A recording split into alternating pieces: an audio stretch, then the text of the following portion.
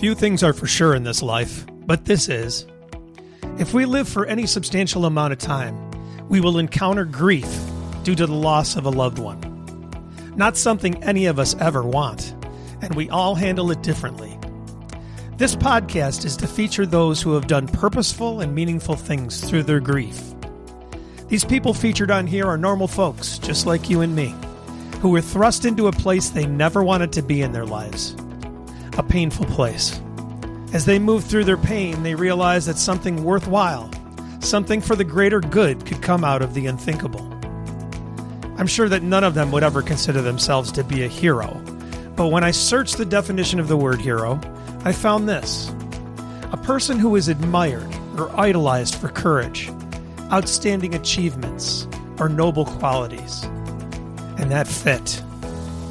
And so it's my privilege to bring you the remarkable stories of these heroes in grief. Hi, everyone. This is Tom, your host for the Heroes in Grief podcast, and the response has been incredible so far, and I want to thank you for that. It's getting out to people, and they're letting us know that it's helping them, and that is what it's all about. I want to make you aware of a way that you can support this podcast without having to spend 1 cent, and that is through affiliate marketing. I've set up affiliate marketing for online shopping. If you do online shopping, then I have links to all the major retailers, most of them anyways, and I can provide them for you so that when you buy online through those links, you'll help support the podcast through the percentages that we get. It doesn't cost you anything more. You just shop like you regularly would on the sites that you love. It's very easy. All you have to do is shop. And that's it. Just let me know the links to the places that you want to shop at, and I will provide the affiliate links so that you can do it. If you want more information on this, you can go to heroesingrief.com. It takes you to the Linktree page where a video explains it in a little more detail. But you can always email me at tom@heroesingrief.com, and I can answer questions for you. But you can support the podcast that way, and it's very easy, very simple, and it doesn't cost you a cent. Isn't that great? Thank you. Now here's today's episode. Hey, welcome everybody. Welcome to the Heroes in Grief podcast today. I'm here with Chels Ohlemiller, and it's Chelsea, although it's spelled like Chelsea. Many people say Chelsea, but it's Chelsea is her name, Ohlemiller. And Chelsea is very gracious to come on this week, and it's been a crazy summer as we were just talking about. So I'm trying to scurry to get podcasts out every week, and we're getting them out. So it's all right. So thank you. I appreciate it, especially with your busy schedule. You got a lot going on, huh? Yeah, I do, but I love your work. I think it's so important. Anybody that's doing advocacy in this, important area has a piece of my heart. So I'm just honored to be here. Thank you. Well, thank you. Yeah, you're you got quite a following, and you've done some great things. You're going to tell us all about them. So you're going to show off a little today. All right. Oh no, I'm not used to that. So please do. Well, you are a writer, and right? Is that you were an educator before this? Before you got into like the sort of the grief work, the help work, right? And why don't you give us some of your background and what's gone on? Yeah, so I always knew I wanted to be an educator since I was a very little girl. So I was teaching kindergarten and then eventually special ed. And then in 2017, my mom was only 57 and she passed away of cancer pretty quickly. Oh, I'm sorry. Thank you. It completely shattered my life.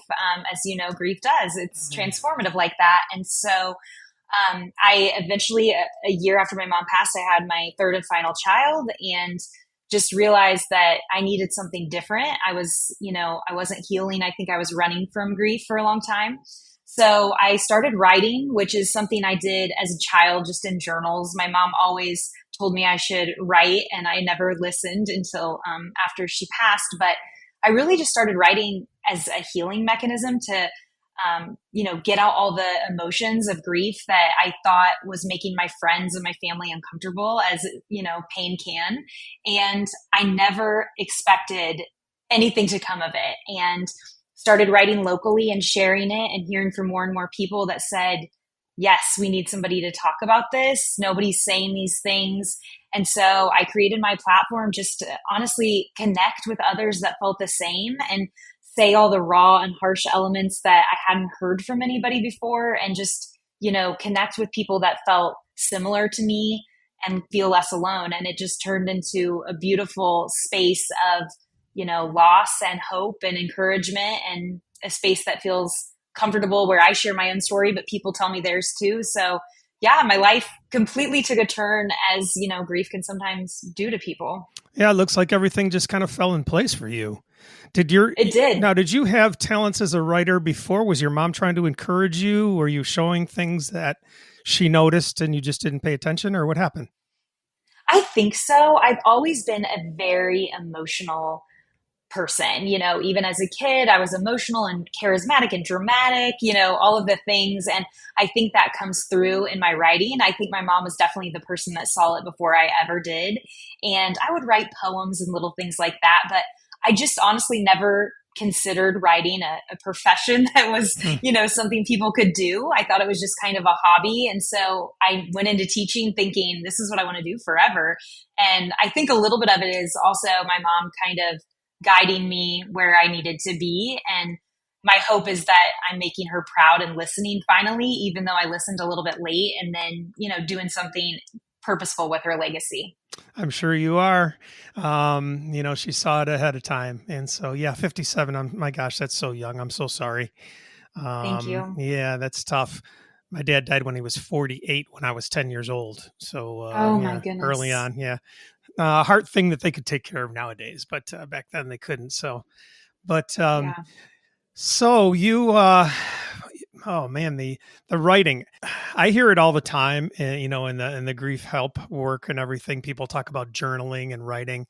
I have never done it myself. I've done some grief educator courses.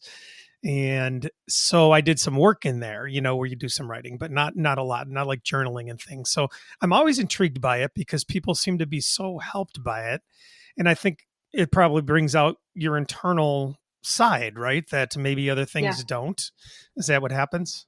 Yeah, I think that for me, it started some of the things that I've written about, are things I think people are too scared to talk about. Like, for instance, my mom was a very faithful woman. She grew up in the church. She built our my sister and I's life around faith. But after she passed, that completely went away for me. And I was honestly angry at God. Mm-hmm. And, I really struggled in the faith capacity. And I felt like that was something people weren't talking about. So for me, I would write out all of these things that I felt embarrassed of and shameful to hold, and just kind of release them on the paper to feel that, just like therapeutic release. And grief is so heavy that for me, just putting my emotions somewhere, whether I did anything with them or not, it just helped. Because I think for the first year that my mother passed, I ran from grief. I am not a runner. I will never be a runner, but man, did I run from grief. It was like I was on a constant marathon. And one day I had to just realize that that wasn't going to get me anywhere. It was still following me, And so I think I just started writing to, help myself and to kind of deal with the negative emotions that, like I said, felt shameful and kind of embarrassing to talk about. And then from there, it just became this thing that I love. I feel so free when I'm writing. It helps me just, I think, knowing it helps other people is just so purposeful for me. So I get that, healing myself, and then also feeling like I'm doing something, even though I hate it when people say, does your writing give your pain a purpose? And, things, happen for a reason and all that. I don't believe that. I don't, I would do anything to have my mom back. I would trade my writing. I would go back to teaching. I would give it all back to have her. But if I have to sit with this, then I want to make sure I'm doing something with it and listening to her advice, Yeah, that's what I've heard over and over again, is that the release, like sometimes people say, just write a letter to your loved one or write a letter to God or whatever, and just let it out. Even if you don't do anything with it, just do it, get it down and get it out. And it really helps you internally to release some of that stuff.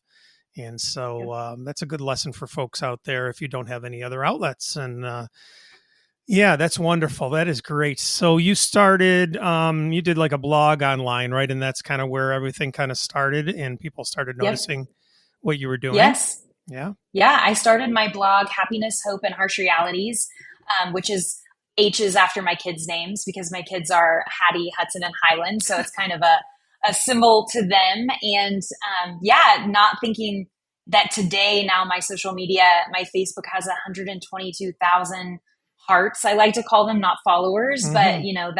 that tune in, and it's just become, I'm so proud of that platform and the community that I've built, because there's no place like it. It's, the internet can be scary now, and it can be harsh, and it can be mean. And I haven't had that on my platform. I think it's just a bunch of hurting souls that just want to show up and know that they're connecting with other people, and they want to help others too, even if they're holding immense pain. The people that are there are just so full of light and encouragement for others. So it's become just as much theirs as it is mine. My name is on it, but it's really about every single heart that tunes in each day. Yeah, anybody who listens to this podcast regularly knows that we have covered these themes over and over again, where, we're just genuine people out there, and the community that we come in contact with is so genuine. And so It's so refreshing, because you talked about that with the social media being scary and everything, but the people are real, and the situations are real. And it's just so nice to have that freshness around, sometimes, because I've lived in that other world for so long that sometimes I'm even skeptical of it, where you're kind of like, wait, am I missing something here? Am I, do I need to research something, whatever, just to look at it, because you got that in the back of your head all the time when you're doing social media and everything. But it's just not that way in the grief community, because people are genuinely looking for help, with their grief illiterate society out there. It's not fun for them out there. And so when we provide platforms for them, then they have the safe place to go, and they can have their grief witnessed and talked about and everything. And that's so awesome. And what a community you built up. That's great, of hearts. Oh, that's beautiful. I can say the same. I love that. And I love that. Yeah. Thank you. Yeah. It's, no expectations. And that was a whole nother thing. I have no expectations for this whatsoever. It's just whoever gets helped by it, or hopefully helped by it, then that's what it's all about. And that's all I care about. So that's the great thing about it. And, talking with all you folks, even, you could be looked at as being very successful, obviously, with all the followers and things like that. But, you don't come across like that at all. And then you were saying, to me, this, I contacted you today and said, could you do this tonight? And you're like, yes, I can get it in. So, that's the kind of things we're talking about, folks. This is just the normal people doing normal things. But we have some experience in something that maybe we might be able to help you with. And so, or be your friend in. And that's more that really what it comes down to. Just we're there with you and for you. And so that's what it's all about. So we're constantly healing together is the way that I look at it, because people will look at us. It doesn't matter how big your following is. If you're in the grief space, people can look at you and think, oh, they've got their life together. They've got their grief managed. And I tell them, no, I am constantly healing just like you. Like, this is the same journey. Like, we're walking side by side, different paths, but, similar experiences. And I am constantly healing, every day. Yeah. It's a never ending pursuit. It's, grief is crazy thing, as we've already talked about too. But I mean, it just comes up, and, I'm not even 2 years into Jeff passing, but I mean, just out of nowhere. And, it's so confusing sometimes, and such a unique thing that it's just nice to have other people around you to be able to share that with. And so, definitely helping myself too, and healing for me in doing this as it is with you. And so that's another part of it, that we just all working together, and that's a wonderful thing. So that is great. So you got some notoriety in some places, and then you got involved with Chicken Soup for the Soul and things like that. So can you talk about some of those things, how some of that stuff happened for you? Yeah. So the very first things that I submitted were like locally. And then I have had the opportunity to write for Her View from Home, which is an online publication. And last year they had a book called So God Made a Mother. And one of my essays about the loss of my mother is in there. And it became a national bestseller. It's a wonderful book for any mom or grandma or friend that you have that's a mom. It's a beautiful gift book. So that was exciting. And then the Chicken Soup for the Soul books, that came around because my sister and I grew up on Chicken Soup for the Soul. My mom had dozens and dozens of them around the house. And so when we were collecting her things, we were in charge of all of that. And I collected all of her books as, somebody that reads and wanted to write. And so I was looking through and I thought, wonder if I could write for Chicken Soup for the Soul. And that way it would be something my mom definitely would have bought, and never thought that it would work out. And in that year, I was published in 2 different Chicken Soup for the Soul books. Oh, And man. it was amazing. And the founder of Chicken Soup for the Soul and leader of that franchise is just the most remarkable woman and has been such an encouragement. So that was a great opportunity. And I truly think those are what led to my own book being published, now. And without those first opportunities, I don't think I would be able to have what I have going for me now. So What's your mom's name? Rita. Rita is guiding you and showing you for sure. And I'm sure she's just smiling as can be up there with, there's those books. I told her about them, and there you go. Yep. So, well, and I loved what you said earlier, how, a lot of times people will say, your mom's so proud of you. And while I hope that's true, sometimes it can sting. But earlier you said something and it made my heart just so happy. You said, your mom saw it before you did. oh. And I truly, when you said it, it made my heart skip a beat a little bit, because I truly think that, but it's hard to remember that on the hard days, And so I'm really appreciative that you said that. Oh, well, I'm glad it came out. I don't go on my own guiding very much anymore. So I believe it was great. I believe it's all being led. So that's good. Now, you talked about your book. Is your book out now? I know that it was for pre-order. Is it out now? It will be out August 13th. So just days away. Yeah. Just days away. Yeah, we're going to see this will be released. It'll be the beginning of August 4th. This one is going out. So we're recording a few days earlier, but there you go. August 12th. Yeah. But you have pre-order link and we'll have that. August 13th. August 13th. Yes. Yep. So you can order it now on all major retailers. And then on the 13th, it'll be available everywhere. Great. I will have the link in our show notes for sure on that. And I'll put it in our store, on my Linktree page and everything too. So awesome. I'd like to have the resources from everybody on the show to do on there. So I get all the books out there and things. So we'll make sure that those are out there. The books just came in, and I don't think your audience could see it, but they're beautiful. And I chose purple because lavender and purple was my mom's favorite color. And so the entire book is really just a tribute to her. And hopefully it's something that people will look at and think it's beautiful, even though it holds a lot of difficult subjects and pain. So, I just was picturing you like the essence of your mother in that book as you're holding it and reading it and looking at it and everything. Just something that just came. It's kind of a vision to me. It was pretty neat. So, yeah, that's beautiful. I love that. That's beautiful. All right. So hopeandharshrealities.com is your site. All right. It's spelled out right. hopeandharshrealities.com.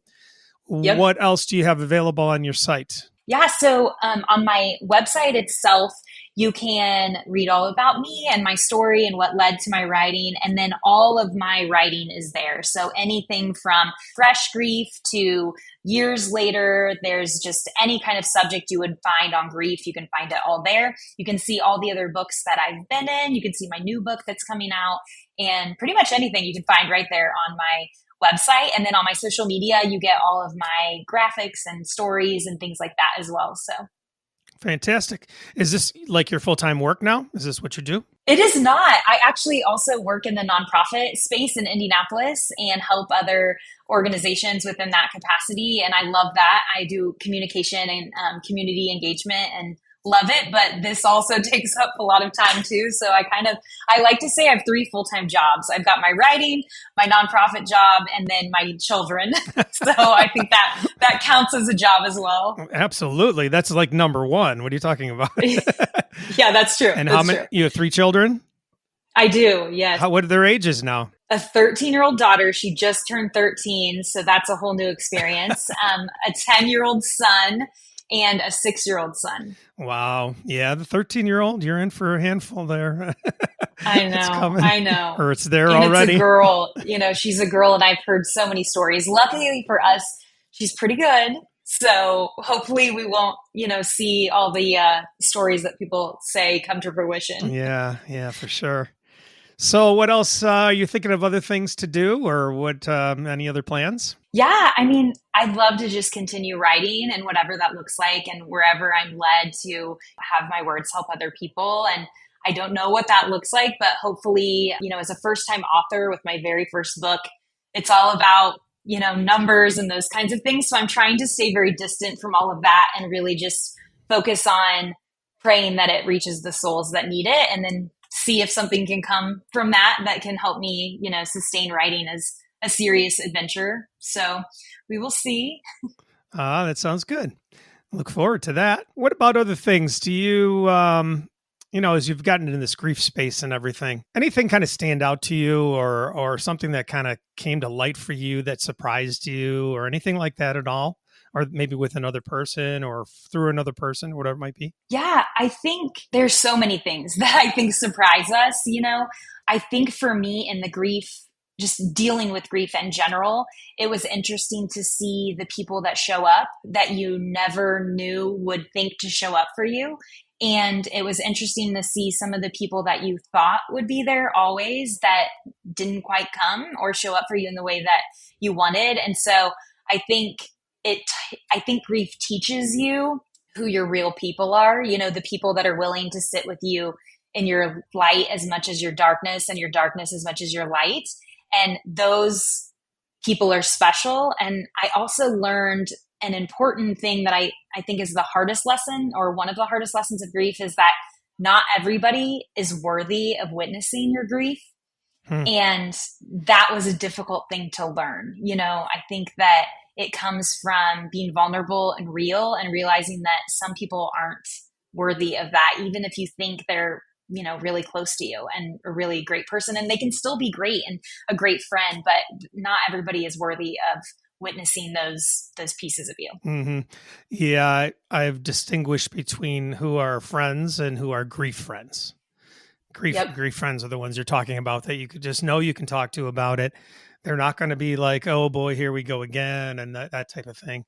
They engage with you, or you can tell pretty Yep. quickly if they're not, if they're not ready for Yep. that. So yeah, you get hyper alert to that. I think, I've learned to not let other people let me down, Ooh, and yeah. trying to, like judging them on how they react to my grief.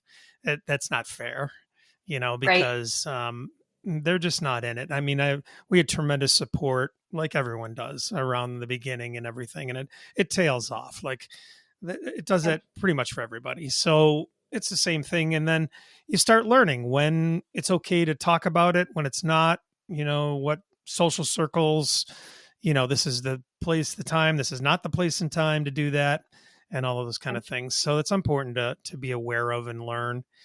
Sometimes when people are so wrapped up in their grief, they just can't perceive that very well. And so it hurts them when people don't react well. And that's Right. tough. So, Yep. yeah, that's the education of all of this is huge. On some of the shows, people have talked about the bad things that people have said to them, and how not to react to a grieving person and those type of things. So hopefully this all can be educational for everybody, and they just can learn about all of that stuff, because it's a broad circle, and Yep. but it's an important one. People are so hypersensitive in this Yep. that it's important to react well to them and help them, if you Yep. can. And sometimes I think people are out there searching too, like, what can I do? Because they don't know how Right. to. So hopefully it'll help them that way too, Yep. Yeah. And I think it's so I would like to know if you feel this way too, but after my loss, not immediately, not when it was raw and harsh and, incomprehensible, but as time went on, it's so easy for me now to recognize people that are holding grief themselves, even if they're hiding it or even if they're tucking it down. I find myself recognizing it and seeing it across the room before anybody even says anything. And it's such a weird experience, because then you find yourself holding your grief and also everybody else's. But I found it's almost like a calling. When you know that pain, you can show up for those people differently than sometimes the people around them, even if you're not close with them, if that makes sense. Yeah. And so I just think you recognize it in others even before it's mentioned. Yeah. Sadness in the eyes sometimes, Yep. everyone's seen that, I Yep. think. Yeah. It's interesting. I drive during the day. I drive Uber and Lyft a lot. So I put on my car seats like an advertisement for the podcast. And the Oh, first thing I nice. put on there is I lost my son to fentanyl. And then I put I'm okay to talk about it. And Ooh. then I talk about some other things because I had some other things up there at one time, and I think that people were like looking at them, but they didn't know whether they wanted to say something and this kind of thing. I want to stir the conversation Yep. because there's so many, and people have gotten in my car and shared, and other people who have lost children, even, and so I feel so good when it comes out, and Yep. it's always a good thing when it comes out and people talk about their grief and stuff, and so and they have a choice too. They don't have to talk to me about it. I don't tell them they have to talk to me. It's just I'm making Right. them aware of something. And then I said, these are inspiring stories that can help anybody and this type of thing. And leave Yep. them at that. They can check the QR code if they want to and not even talk about it. And some do. Yep. Some go the whole ride and then they'll say, I was listening to your podcast as we were riding and then that type of thing, Aw. or whatever. So it's a great conversation starter, but good for those two, I think. And maybe we have to find other ways to be able to do this for people, make it safe for them so that they know they can talk to us. And that's why I put that second line on there to make it safe for them to talk to me. Yeah. And Well, and it's like you're giving them permission right. to tell their story, or their heartbreak or their pain, and that you're willing to, listen and hold it too. So I think that's a beautiful thing. Yeah. And like you want to talk about your mom and I love saying her name, Rita, and Yeah. I talk I about love I it. talk about Jeff and I say, Yep. and I talked about Jeff in the present sense. I believe he's still here. And so, Yep. I mean, it's as simple as that. And so it's okay to talk about it. Do I have my hurting times? I certainly do. And I break down still, and just like shake my head, like, I can't believe this is happening. But, it's so therapeutic to talk about it one way or another with them or Yep. for me. And it usually works both ways, which is Yep. tremendous. So there's such a unique aspect to this that you just learn so much as you go along the road, It just keeps Yeah. different things keep coming up. Well, and I just think what you're doing, especially as a man, is just so important, because that's one thing I don't want my sons to feel. They felt the loss of their mother or their grandmother, and I was feeling with the loss of my mom. And one thing we didn't want them to do was tuck it down and not feel like they could cry or talk about their sadness, or sometimes those, gender roles that were so, and we just learned them, and we didn't want them to feel like grief was a bad thing, like sadness was a bad thing, because really what they were feeling is love. And that's what we wanted to share with them and say, it's okay to cry. You're crying because you miss somebody. It's okay to hurt and kind of be angry and confused, And I think what you're doing is so powerful, because my mom passed in 2017. So I've had time to heal before my heart, and this book is released into the world. And you're so fresh in your grief, at least compared to me. And Yeah. I just think it's so powerful because you're showing up early, way earlier than I did. And you're saying, here I am, here's my story. And you're already helping infinite amounts of people. And that's a remarkable thing. So I hope you understand and take that to heart. Well, I don't look at it that way. I look at it helping me. So a Yeah. little selfishly here. So That's okay, because definitely. you're still doing both.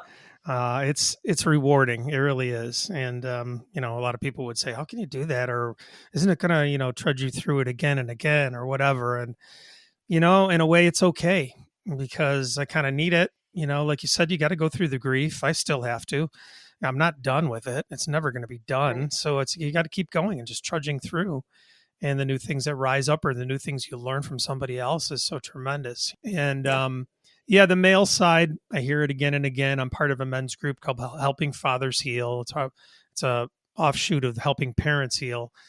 We've all lost children. And so that's a very strong group of guys. We meet by Zoom on every week.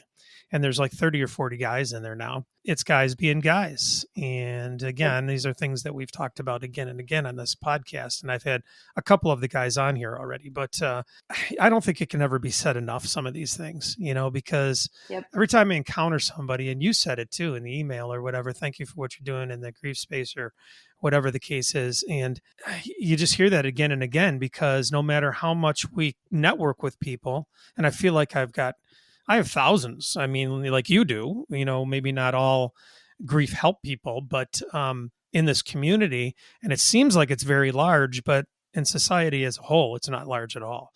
And so it really just needs to be out there as much as possible. And reiterating these things podcast after podcast is okay too, because someone will only listen to one podcast. So that's why you hear it again and again for the people who listen to all of them. I don't know if anybody even does, but yes, so, I'm sure they do. They do.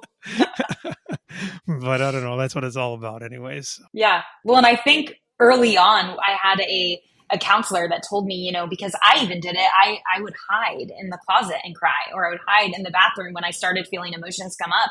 And she told me, she said, listen, if you are trying to normalize grief and this experience and teach your kids that it's okay, then you have to show them that it's okay. And I was like, wow, okay, that seems so elementary, but it's so right. And then finally I did. I just showed them I'm crying and I'm sad because I miss Meme, that's what we called her, and had to express that, sometimes I'll cry when I see a cardinal or whatever. And now it's just so normal. We just normalize talking about our feelings, whether that's grief, whether that's something that happened at school.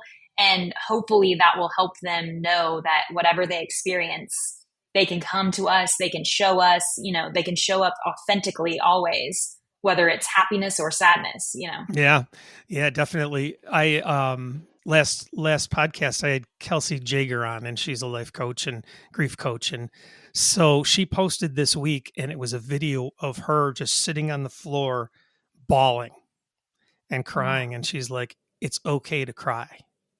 And some things about that. And I thought it was so powerful because she was just letting it out. I mean, and she's got a great online presence and everything, beautiful woman. And it's like, just so revealing just to see her bawling, you know what I mean? Like people wouldn't want to see someone that way, or whatever, the way, Hollywood society or whatever, like you would never want to see that or something. It's like, no, this is reality. And then somebody else too was talking about my 5-year-old granddaughter. She knew Jeff, and then 2 of our dogs have died since then. And so we're we say to her, name's Evelette. We say, Evelette, they went to heaven. And she just kind of, as a 5-year-old does, just kind of goes on her way. Oh, okay. And on her way, I was talking to another one of my guests, and they said, you don't know what she's thinking about that. You got to ask her, or just ask her. Yes. Ask her what she's thinking. What does that mean to her? And then be able to talk about it a little bit. And I had a chance last night. I'm so mad because I had a chance. She was playing with my mom. My mom passed away several years ago too. And so she had bought us this angel that has like silver and gold flakes in it. And it has LED lighting, and it has little fans. So then, flakes go all around and everything. And Evelette wanted to play with that angel last night. And so she had it on and everything. And I said, that came from Grandma Bender. Do you remember her? And she's like, no. And I said, that was my mom, my mommy. And she goes, oh. And then I had a golden opportunity. I was so mad afterwards because I thought I could have talked to her about things right then. It was the perfect opportunity and I missed it. So I'm gonna have to. You'll get another. I'm gonna try to recreate that one again. But so well, because they say things that you just it shocks you and surprises you. I remember. I mean, our son, he's 6 now, but he's been in kindergarten. He was born after my mom passed. And so he's the only child of mine that didn't get to meet my mom. And I swear he walks around as if he knows her, both because my 2 others tell stories all the time and he sees pictures of her, but we talk about her so much. And sometimes he'll say things like, we were at dinner one night and it was all 5 of us sitting, and there's one chair that's always empty because most tables are 6 or 8. Ours is 6. And so one night at dinner, he just said something about, or do we always save that seat for Meme? And I was like, and he'd been sitting there for years, and I've never thought about it that way. And I thought, oh, wow, And so sometimes they say things that just, you have to just hold your heart. And sometimes you can't even respond because you don't know, what to say. Yeah. So, I love the part too where you talked about keeping the legacy alive, and that's part of your book title as well. And the book title is going to be "Now That She's Gone: A Daughter's Reflections on Loss, Love, and a Mother's Legacy." And so, back to that legacy part, I want to tell you, I have full confession here. When I was married, my ex-wife, she lost her brother at 13 years old to a heart condition that their family has. And so I never knew him. I met her a few months after he passed away. And so I had a hard time. This is back in the early 90s. And so I was younger and I really had a hard time dealing with the whole family in that and how tragic it really was. And in fact, when Jeff died, I saw her mother at the wake and I said, I am so sorry because I did not understand the grief she was going through, and then I did. yep. But anyways, what my ex-wife did, and an excellent job of what she did, was that she kept the legacy of Chad alive. And so when my kids grew up, they both knew about Chad, even though they never knew Chad. And in fact, Jeff's middle name was Chad. And so, Oh, she did a wonderful job of keeping him alive and a legacy alive.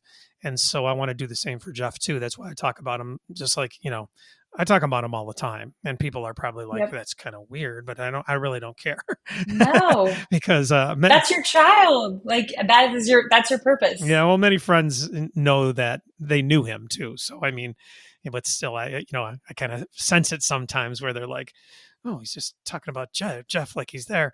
And because he is in my mind. So, Right. but Yep. anyways, yeah.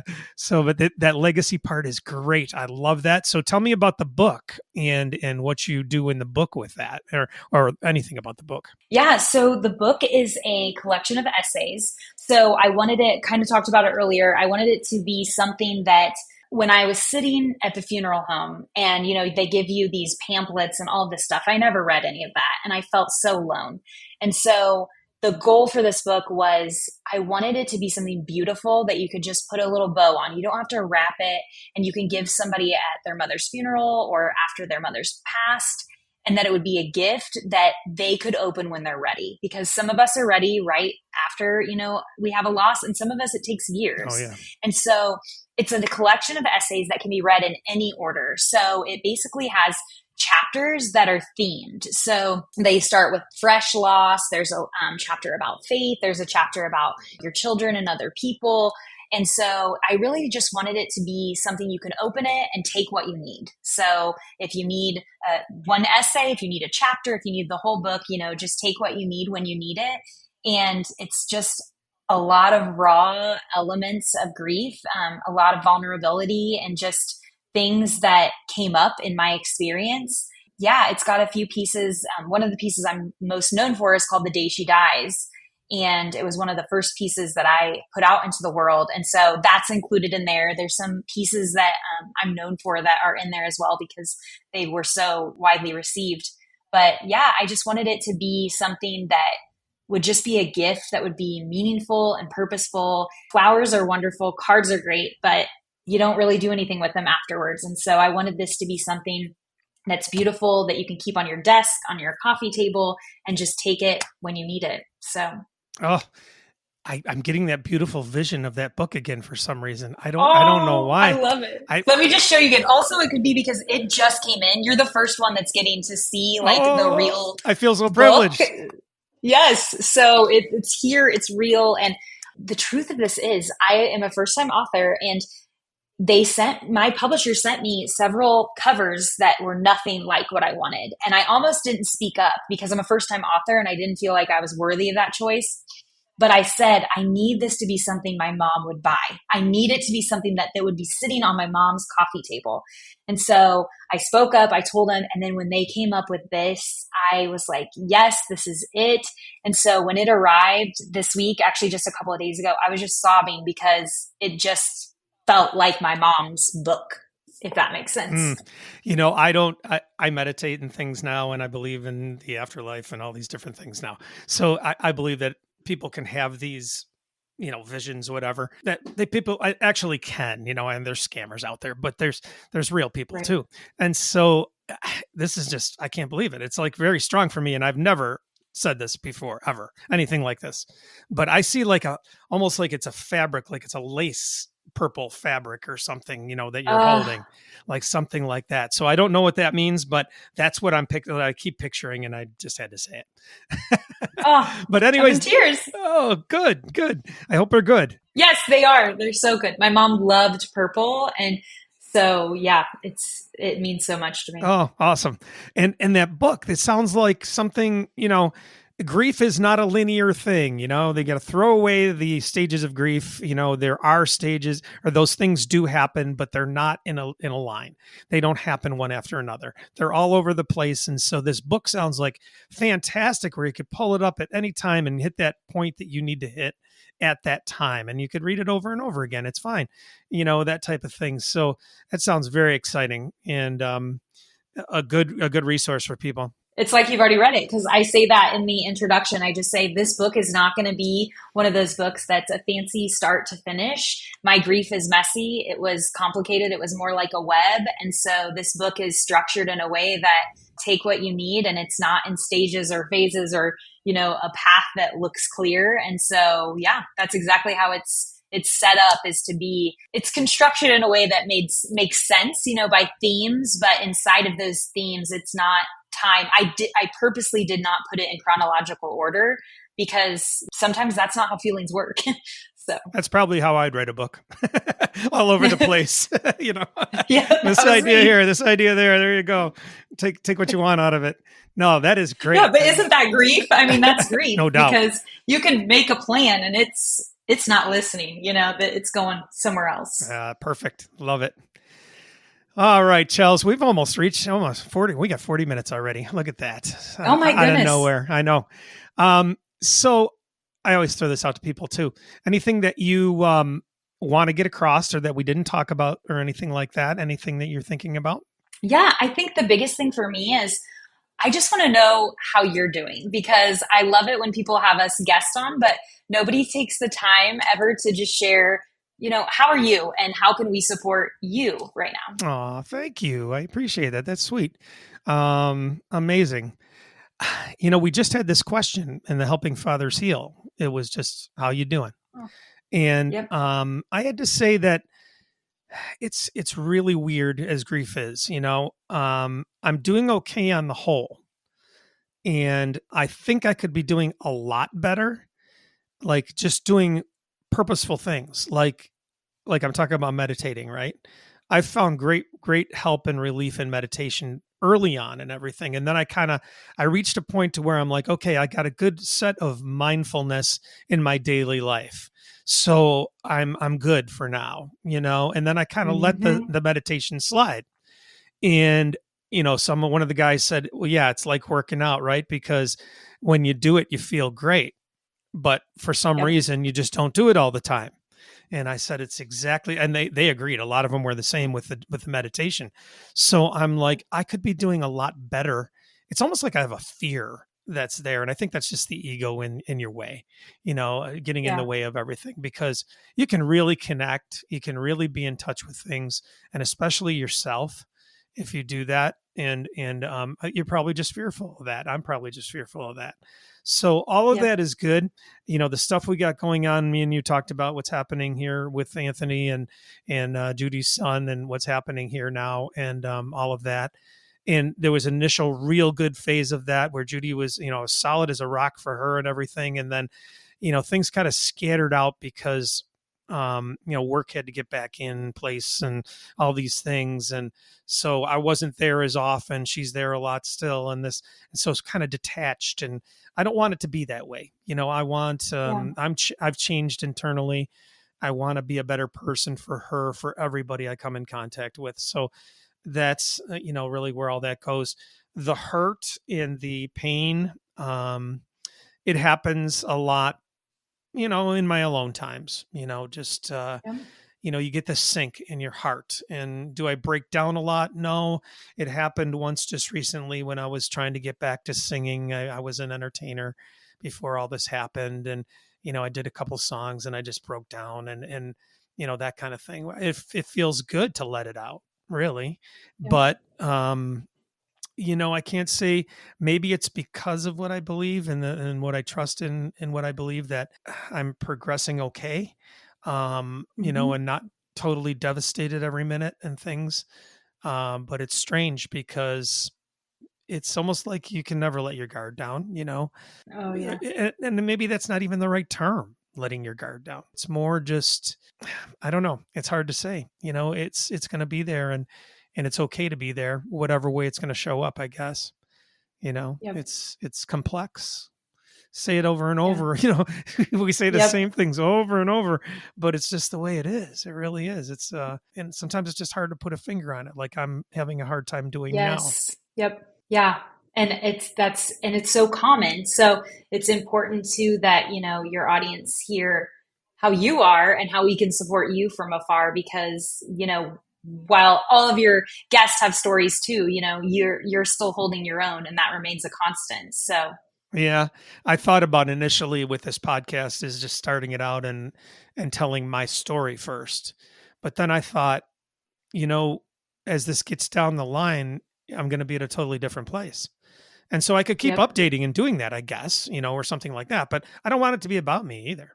That's not what it's about. So I just let that go. But no, I really appreciate you asking, and it means a lot. It really does. It touches my heart when people say that. It happened in my car a few times when people shared their stories or whatever, and they're so like, that they came back on me, and it surprises you. Like I was like, they're like, well, how are you doing? And I was like, oh yeah, right. It's right. I'm dealing with this too. That's right, because I'm talking to them about their situation. Then all of a sudden they're like, but how are you doing? So I think that the universe tells people to ask me that. so I can figure that, work on that. So Chelsea, thank you so much. I'm getting all tongue tied here. Ohlemiller, right? Yep. See, I said I was going to be able to say it right, and I didn't. So that's bad. Hey, well, you just blame my parents blame my parents for my first name and my husband's parents for the last name. Might as well throw them all in together, right? Exactly. All of them, all the parents, throw them under the bus. Fantastic. We are going to have your stuff on the show notes, of course. Chelsea's site is hopeandharshrealities.com. Spell it all out, hopeandharshrealities.com. And her book is going to be out on August 13th, and that is Now That She's Gone, A Daughter's Reflections on Lost Love and a Mother's Legacy. And that book sounds fantastic. That would be a great, well, maybe not bathroom reader, I was going to say, but it's really pretty. You can put it anywhere. Yeah, it looked great. So, but a great resource to go to again and again. And so I'm looking forward to that. I want to be able to read it for sure, because I like reading everybody's resources, but we'll have that on our store too for the site. So Chelsea, thank you so much. What a delight. It was great to have you, and let's keep in contact and, work our work to help others, I guess. Right? Yes. Thank you so much for having me. I really appreciate it. Thank you for listening to the Heroes in Grief podcast. If you'd like access to any of the links that we discussed in today's show, you can find them in the show notes. There's also a link there to support the podcast if you care to. And there is an email link for me there. I'd love to hear from you and your ideas about the show or what you thought about the show. You really can help out this podcast to get to more people if you subscribe, rate, or review it in whichever way your platform provides. Each week, Heroes in Grief is released on Sunday, so look for new episodes there. Thank you again for listening to Heroes in Grief.